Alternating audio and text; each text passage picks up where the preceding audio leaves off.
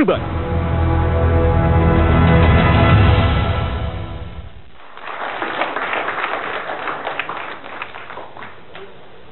Pemirsa, kita masih bersama Indonesia Lawyers Club.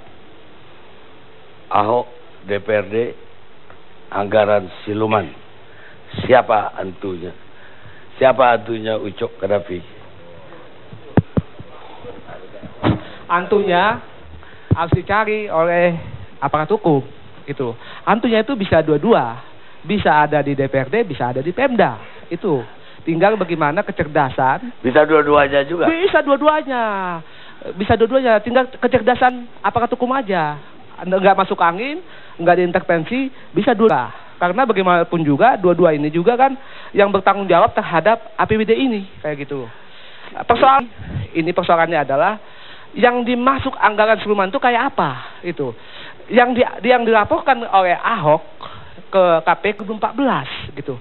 Tahun 2014 ini apakah betul-betul anggaran siluman? Itu tanda tanya karena yang namanya anggaran siluman itu adalah anggaran yang diselipkan atau dimasukkan ya sesudah terjadinya pengesahan atau pembahasan atau dilegalisasi oleh DPRD dan Kementerian Dalam Negeri, dia masuk ke situ. Itu namanya anggaran siluman.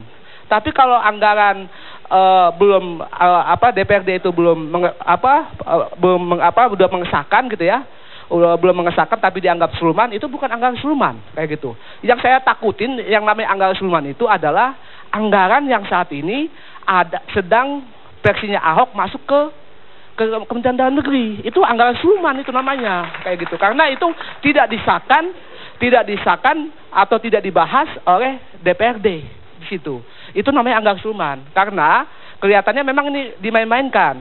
Jadi DPRD suruh membahas APBD 2015 ini, tapi dia dikunci. Salah satu lagi dia kunci yang diserahkan kepada Kementerian Dalam Negeri, dia kunci, nggak boleh diketahui oleh DPRD itu. Itu kan namanya APBD sedang dikuasai, dikendalikan oleh satu orang. Itu bahaya itu namanya. Siapa yang akan mengawasi ini nanti? Itu bahaya sekali itu. Itu yang terjadi saat ini sebetulnya. Makanya jangan coba-coba Kementerian Dalam Negeri ya mengkoreksi dan mengevaluasi dan menyetujui anggaran ini kalau anggaran itu versi Ahok. Karena mereka akan melanggar undang-undang yang mereka buat sendiri kayak gitu. Ada meneliti nggak yang 12,1 triliun itu benar adanya bahwa itu siluman gitu loh? 12 triliun itu ada dua maksudnya gini. Jadi gini, ketika APBD DKI ini diserahkan ke Kementerian Dalam Negeri dan DPRD menolak, itu ada dugaan datang orang Pemda untuk menyuap 12,9. Nanti diverifikasi DPR-nya ada di sini. 12 untuk menyuap supaya diem. Udah pakai yang di lock aja, jangan yang di pembahasan. Itu ada juga 12 triliun. Itu kayak pembebasan tanah, kayak gitu itunya untuk jadi suap dalam bentuk proyek-proyek kayak gitu. Itu ada. Jadi ada dari Pemprov suap untuk DPRD supaya diem gitu. Ada juga memang temuannya yang dari sejak awal itu memang APBD belum diserahkan kepada DPRD, belum dibahas.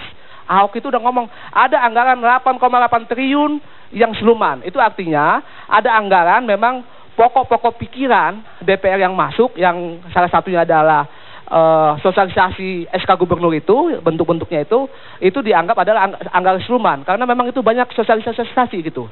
Nah ini sebetulnya dua-duanya ini menurut saya sungguh enggak, buat saya itu pemain bersama-sama bermain kayak gitu. Untuk main untuk bagaimana menguasai APBD.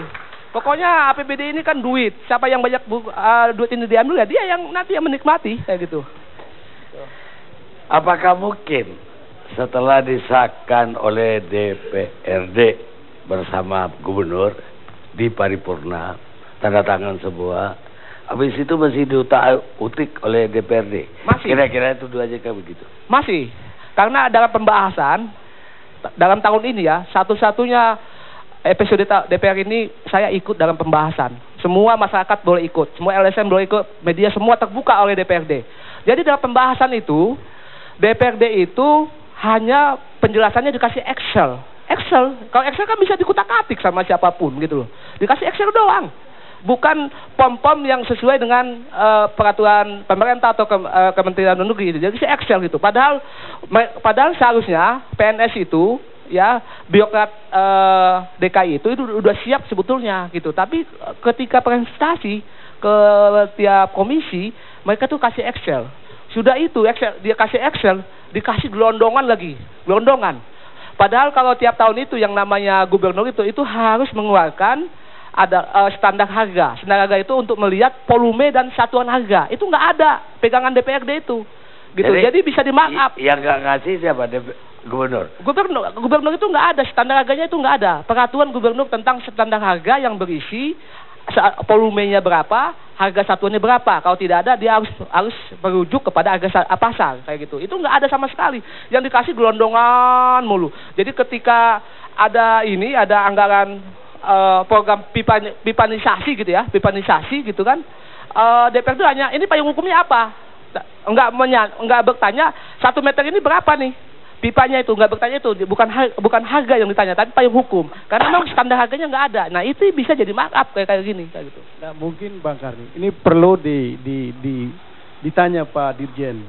Apakah DPRD itu yang disebut Ahok, yang disebut Ucok itu tidak ada detailnya? Itu pembahasan sampai satuan 3. Ya, yang penting ditanyakan sekarang ini, apakah DPRD itu sampai membahas sampai sekarang masih sampai satuan 3 atau tidak? Begitu. Kalau tidak membahas sampai satuan 3, maka jawab itu memang ada gelondongan. Tadi enggak. Iya, kalau enggak memang pasti gelondongan yang dibahas ya, begitu. Tapi ya saya panggil si Ucok ini tadi untuk bela Ahok. Ternyata enggak juga. Malah antunya saya enggak ini. Antunya saya makin hilang nih.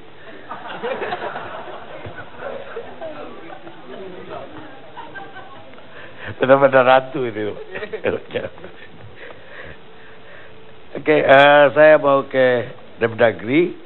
Di sini ada Dirjen Keuangan Daerah Mendagri, Pak Doni Munek.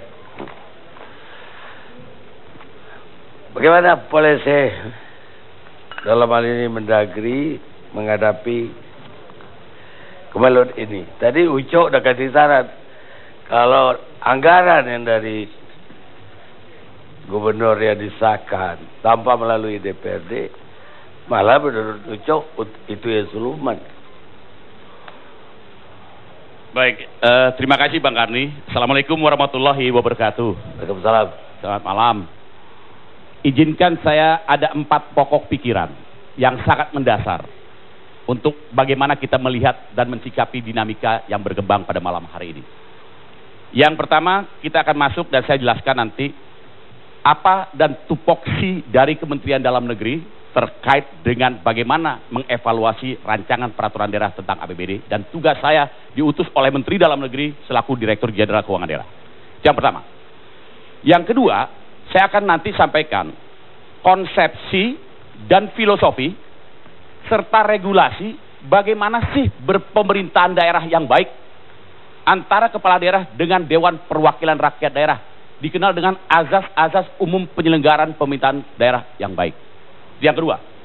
Yang ketiga akan saya sampaikan secara rinci kronologis APBD DKI pembahasannya antara norma dan realita. Jadi ada normanya, tetapi realitanya nanti kita lihat sama-sama, kita uji. Ya, nanti akan ketemu tuh siapa, kira-kira. Keempat, pasti akan ada solusi dan pasti ada mediasi, pasti ada proses klarifikasi kepada para pihak. Itulah peran kami dari Kementerian Dalam Negeri. Yang pertama, tupoksi saya sebagai Direktur Jenderal Keuangan Daerah perpanjangan tangan dari Menteri Dalam Negeri adalah mengatur norma dan tata kelola pelaksanaan mulai dari perencanaan penganggaran, pelaksanaan, penatausahaan, akuntansi, dan pertanggungjawaban keuangan daerah. Jadi prinsip transparansi, prinsip akuntabilitas, prinsip tata kelola dan efektivitas efisiensi, serta keberpihakan anggaran daerah kepada kepentingan rakyat itu harus kita kedepankan terlebih dahulu. Ya, tepuk tangan dong. Wah, Iya, masa kalau sudah berpihak pada rakyat kita tepuk tangan, ya kan? Itulah tugas kami pemerintah, ya kan Pak Lulung? Betul bos? Itu yang pertama, ya Pak ya. Ini tugas pokok dan fungsi kami. Nanti pasal 8 Undang-Undang Nomor 23 Tahun 2014, koordinasi pembinaan dan pengawasan penyelenggaraan pemerintahan daerah ada pada pemerintah dan dalam hal ini dikoordinasikan oleh Menteri Dalam Negeri. Pasal 314 Undang-Undang 23 mengatakan Mendagri punya kewenangan untuk melakukan evaluasi rancangan peraturan daerah tentang APBD yang disampaikan oleh kepala daerah manakala telah mendapatkan persetujuan bersama antara kepala daerah dengan Dewan Perwakilan Rakyat Daerah. Nanti kita ulas. Yang ketiga, pasal 377 mengatakan koordinasi pembinaan umum pemerintahan ada pada Menteri Dalam Negeri. Pasti dong pemerintah akan mencarikan solusi dan tidak boleh memperpanjang kisruh ini berlama-lama. Harus ada solusi, harus ada pemecahan, dan nanti sikap kami yang pertama, ada 3. 1, kalau kita lihat, kami menghormati apapun bentuk dinamika yang berkembang. Kalau nanti ada proses hukum, kami hormati. Ada proses politik, kami hormati. Tapi Kementerian Dalam Negeri sangat berkepentingan untuk bagaimana membangun dalam pendekatan murni administrasi penyelenggaraan pemerintahan daerah.